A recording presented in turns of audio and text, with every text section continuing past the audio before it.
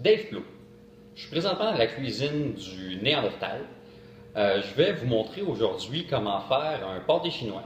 Un petit peu différent. Moi, je l'appelle mon pâté chinois mexicain. Voici comment faire. Commençons par réunir les ingrédients.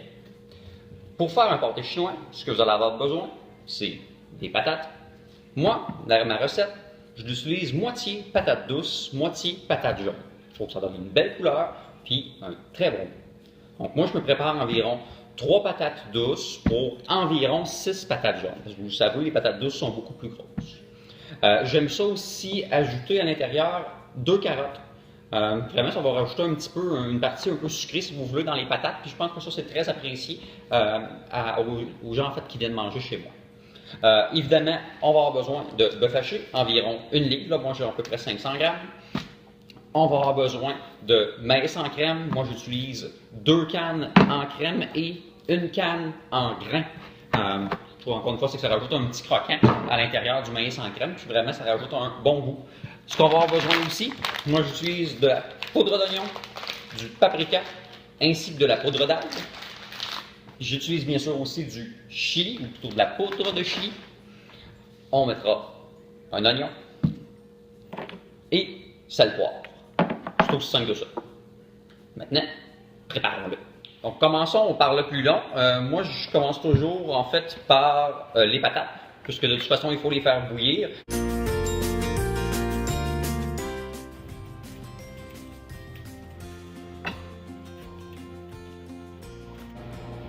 Bon, maintenant que c'est épluché, en fait, là, il reste à couper. Donc, ça c'est très simple. Vous allez avoir besoin d'un couteau, puis d'une planche à découper.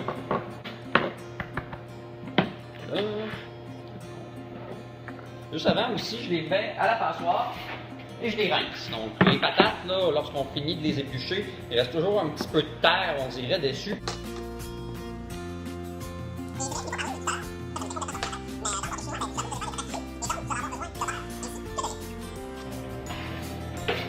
Ah, voilà. Donc maintenant, je rince.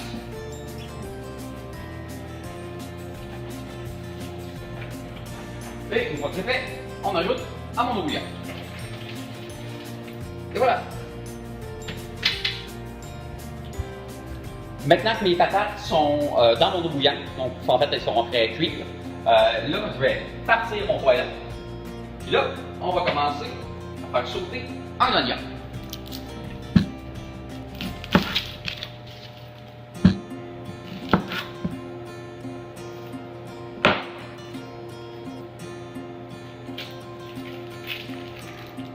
En passant, si vous voulez vous éviter de pleurer un petit peu avec les oignons, une des choses très importantes, c'est d'avoir une bonne ventilation. Là, vous allez remarquer justement, ma fan est partie. L'autre facteur, rincez souvent vos mains. Je ne sais pas s'il y a de quoi de scientifique là-dedans, mais j'ai remarqué que quand je lavais souvent mes mains, que je les rinçais souvent lorsque je coupais un oignon, je pleurais pas. Donc, au niveau de la coupe, vous pouvez utiliser la technique que vous aimez. Moi, je préfère, vous voyez, le couper en deux. Ensuite, je lui fais 3 ou 4 incisions sur le centre de la longueur et ensuite une autre comme ça sur la hauteur. Faites attention aussi de ne pas faire vos incisions bord en bord, donc jusqu'au bout. Vous allez voir, ça va beaucoup mieux se tenir quand vous allez arriver pour le couper. Qui est rendu à la fin, vous avez juste à hacher à nouveau la dernière partie. Donc,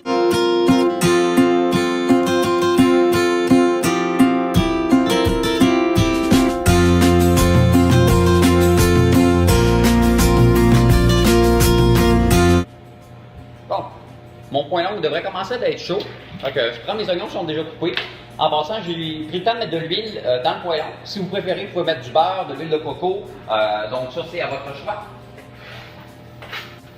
J'utilise personnellement une spatule en bois. Ça nous permet de ne pas graffiner notre poêlon, justement. On va le garder pendant plus longtemps.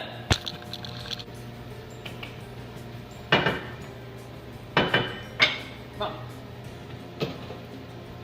Pendant que ça se prépare, moi je vais ouvrir mes paquets de bœuf haché. En fait, je dis bœuf haché, mais plutôt là, dans le cas qui nous intéresse, là, moi j'ai du veau haché. Je utilise du maigre. Et soit dit en passant, moi je prends ma viande toujours à la ferme du Crépuscule. Donc, c'est une ferme biologique qui est située à Yamachiche. Je vous invite à aller voir leur site web. Le lien va apparaître, vous allez voir dans le coin. Eux, ils vous produisent le veau ainsi que les poulets. Donc, mon point papier, ici. Puis en fait, si vous décidez de passer à la ferme du crépuscule, au-delà de ce qu'eux produisent à la maison, vous allez être capable d'avoir l'ensemble des produits que vous allez chercher. Donc en fait, là, même du poisson, eux, ils font affaire avec un pêcheur des îles de la Madeleine. Bien sûr, ils ont du bœuf disponible, du porc, de l'agneau, donc vraiment, là, en fait, les morceaux que vous voudrez.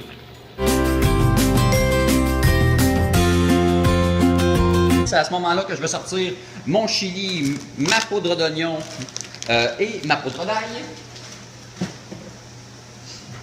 On va sortir une cuillerée. Et on va ajouter donc une cuillerée de poudre d'ail. Une cuillerée de poudre d'oignon.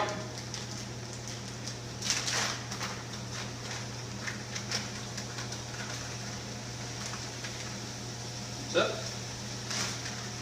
Ici, une cuillère à thé de poudre de chili. Si vous voulez aussi, parfois je le fais comme ça, on peut ajouter des haricots rouges. Moi je suis quelqu'un qui aime beaucoup le poivre, alors donc j'en mets quand même pas mal. Au niveau du sel, j'en mets pas énormément, donc en fait, je préfère en mettre dans l'assiette. Mon bœuf est maintenant prêt. Faut voir à peu près de quoi que ça a l'air. Là. Maintenant, c'est assez uniforme. On va à présent prendre notre maïs. C'est assez simple, rien de bien sorcier. Mets ça par-dessus. Notre canne. Ça. Il reste juste à aller égoutter les patates, les piler, puis ensuite, on va les rajouter là-dessus. Bon, je pense que mes patates sont prêtes. Je vais vous montrer le truc. Prenez un couteau qui coupe pas, une fourchette, une cuillère. En fait, vous allez arriver vers... Là, il y a toujours des morceaux un petit peu plus gros, même si on a fait de notre mieux pour qu'ils soient à peu près de la même taille. Donc, vous prenez un des plus gros, vous accotez le couteau dessus. Ici, il passe facilement. Donc, si vous êtes capable vraiment de couper très facilement les petites patates, ils sont prêtes. Comme là, vous voyez, moi, à mon goût, à moi, c'est pas tout à fait prêt. On va attendre encore un peu. Bon. On est une couple de minutes plus tard. On refait mon test. Donc, un petit... Oh, OK. Ouais. Là, c'est prêt. Parfait. Fait que, égouttons. Et j'égoutte.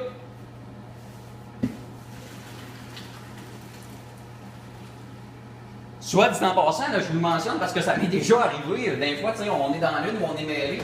Quand vous allez égoutter vos patates ou enfin peu importe ce que c'est, votre passoire, mettez-la dans le lavabo. Donc, comme je vous dis, une fois, ça m'est déjà arrivé, je l'avais mis sur le comptoir sans m'en rendre compte. J'avais commencé à verser mon chaudron. Ça avait fait un bon dégât, ça aurait pu être bien dangereux. Donc, une fois qu'il est égoutté, on le remet dans le chaudron. Là, au niveau des patates pilées, peut-être que vous le savez aussi, mais je prends le temps de vous le dire, là, le secret des patates pilées, c'est le beurre.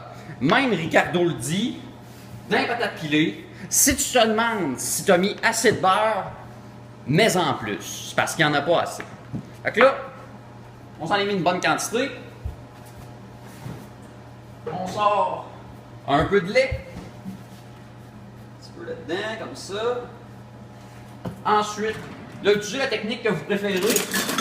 Moi, j'utilise le bon vieux pilon, mais si vous préférez faire un mélangeur électrique, ben, ça sera encore plus facile.